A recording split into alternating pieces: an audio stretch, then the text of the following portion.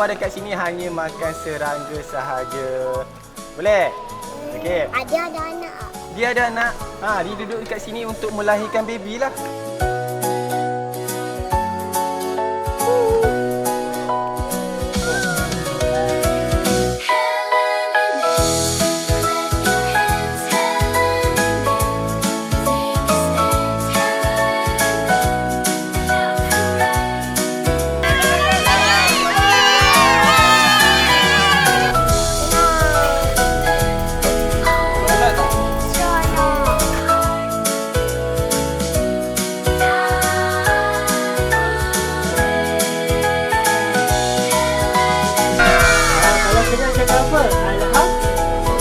Alhamdulillah.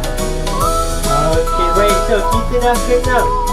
Perut semua dah penuh. Lepas ni kita nak pergi mana pula? Smile so big and heart so bright.